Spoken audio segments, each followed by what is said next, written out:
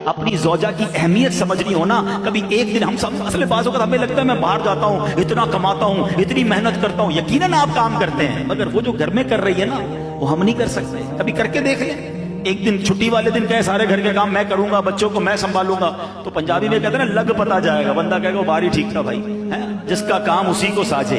ठीक है। और मैंने इसका मुजाहरा पता है कब देखा है? जब किसी के घर में अचानक बीवी दुनिया से चली जाए। हाँ, उससे पूछो, जब उसको बच्चे संभालने पड़े, जब उसको घर संभालना पड़ा, फिर अंदाजा हुआ कि मुझे तो कितनी आसानियां थी। मेरे कपड़े तैयार, मेरा खाना तैयार, मेरी दवाई पीनी तो दवाई तैयार, और फिर भी मैं बातें ही सुनाता हूं। कभी आपने सोचा? अच्छा, ये मैं बड़ी अजीब बात कर रहा हूं, हो सकता है कोई कहे मौलाना साहब को क्या हो गया। मैं इस्लाम की बात कर रहा हूं। मैंने आपको आपके नबी की हदीस सुनाई है। सरकार दो आलम अलैहिस्सलाम से सवाल हुआ कि आपके लिए सबसे पसंदीदा शख्सियत कौन सी है? हुजूर, आप सबसे ज्यादा किससे मोहब्बत फरमाते हैं? आप सोचो नबी पाक ने क्या जवाब दिया। आपने फरमाया आयशा रदी अल्लाह ताला अन्हा। हमारी अम्मी हुजूर का नाम लिया, सरकार ने अपनी ज़ौजा का नाम लिया। बेस्ट, सबसे ज्यादा नबी पाक को मोहब्बत फरमाते। हम तो इजहार भी नहीं कर सकते। कभी अपनी ज़ौजा को शुक्रिया कहा, आपकी बड़ी मेहरबानी, आप मुझे इतनी खिदमत करती हैं, आपके लिए मैं आज तोहफा लाया, आप जब देखो मेरी खिदमत करती हैं। अरे नहीं यार, मैं कैसे कह दूं, मेरी इज्जत कम हो जाएगी। किसने का कब हो जाएगी? हाँ, ये जरूर है, घर वालों को लगेगा तबीयत ठीक नहीं है, लगता है कि इन्होंने शुक्रिया कहना शुरू कर दिया।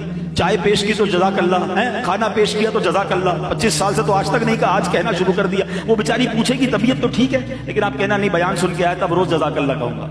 हाँ, घर का माहौल अच्छा हो जाएगा, है उनके चेहरे पे भी मुस्कुराहट आनी चाहिए। मैं आपको एक और बात समझाता हूं कि आप कभी सोचिएगा, हमारी ज़ौजा की शायद हर दुआ में हम होते हैं। हर दुआ में हम अपने सुहाग के लिए, अपने बच्चों के वालिद के लिए दुआ मांगती। हम कितनी दुआ मांगते हैं उसके लिए, ये गौर कीजिए। लेकिन यकीन करें, शायद आपको अंदाजा नहीं है। मैं इसलिए इस बात को बहुत क्लोजली समझता हूं कि मैंने बहुत क्लोजली अपने अम्मी अब्बू को देखा।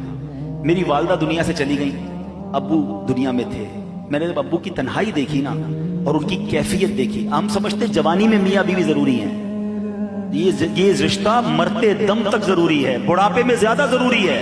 ये एक दूसरे के दुख दर्द के साथी होते हैं। इनका उठना जल्दी होता है, इनका सोना जल्दी होता है, इनके बहुत सारे मामूलात एक दूसरे से जुड़े हुए होते हैं। शरीके हयात पहले चली जाए ना, मर्द टूट के रह जाता है। अच्छा, मर्द चला जाए, औरत जिंदगी गुजार लेती है, क्योंकि उसको बच्चों को, कई बेवा औरतें हैं जिन्होंने अपने बच्चों को बड़ा किया है, क्योंकि उनको तू घर संभालना आता है, मर्द को नहीं आता।